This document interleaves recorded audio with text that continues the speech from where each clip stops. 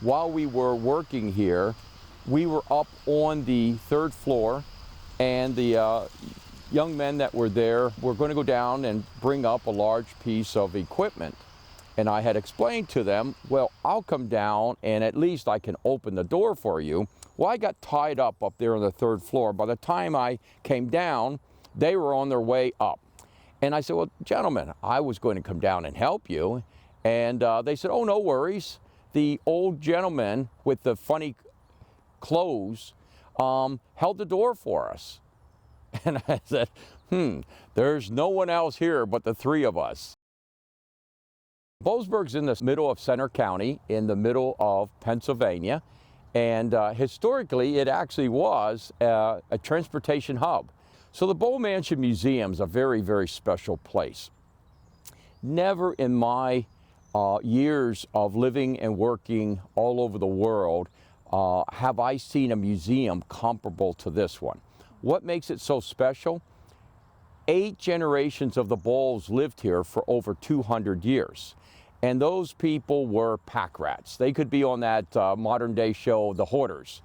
And so now, fast forward to the modern times, and we have a museum chock full of original artifacts. Some of our artifacts, because this family were so connected throughout the world, we have artifacts that are up to 5,000 years old from the Valley of the Kings. So unfortunately, the pandemic has had not only a major impact on people's health, but for businesses, it's been so bad. We looked at some alternative ways. How could we raise some much needed funding? And so I came up with the idea, let's do a historic ghost tour. And we sold out in 5 days. So I knew about a lot of ghost stories here in our little village. But once I started doing research, all of a sudden people began coming to me saying, Bob, do you know about our house? Do you know about this house?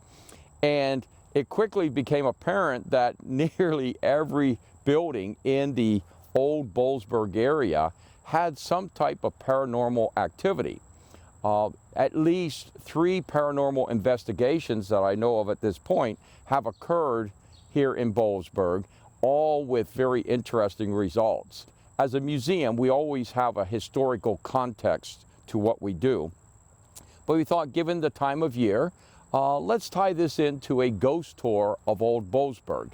And I feel that we have as much historic nature and perhaps paranormal activity as those classic ghost tours in Charleston, New Orleans, Gettysburg, etc.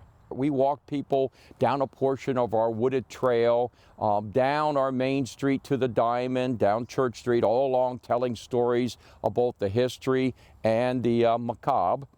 But once we got to Boalsburg Cemetery, we thought, wouldn't it be fun to have characters dressed up as early inhabitants of Boalsburg telling their story of what life was like at that period. So we had James Logue, the early wagon master, tell about life in the early 1800s. We had 2 of the 3 ladies who were responsible for starting what we now call Memorial Day.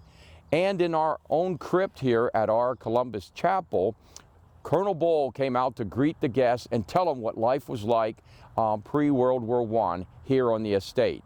The public just loved it. And in fact, one of their comments was, let's have a lot more characters. So I think by tying this around, it worked out so well to create a very different ghost tour. And then we concluded each evening with a paranormal investigation overview by Spring Hill Paranormal investigators. And so we held that in the theater, and they showed videos and sound from when they did a paranormal investigation in the mansion. And as they said, in their 40-year history, never had they gotten the results that they got here. What was so rewarding with this is how many people have stepped forward before, during, and after we concluded the tours.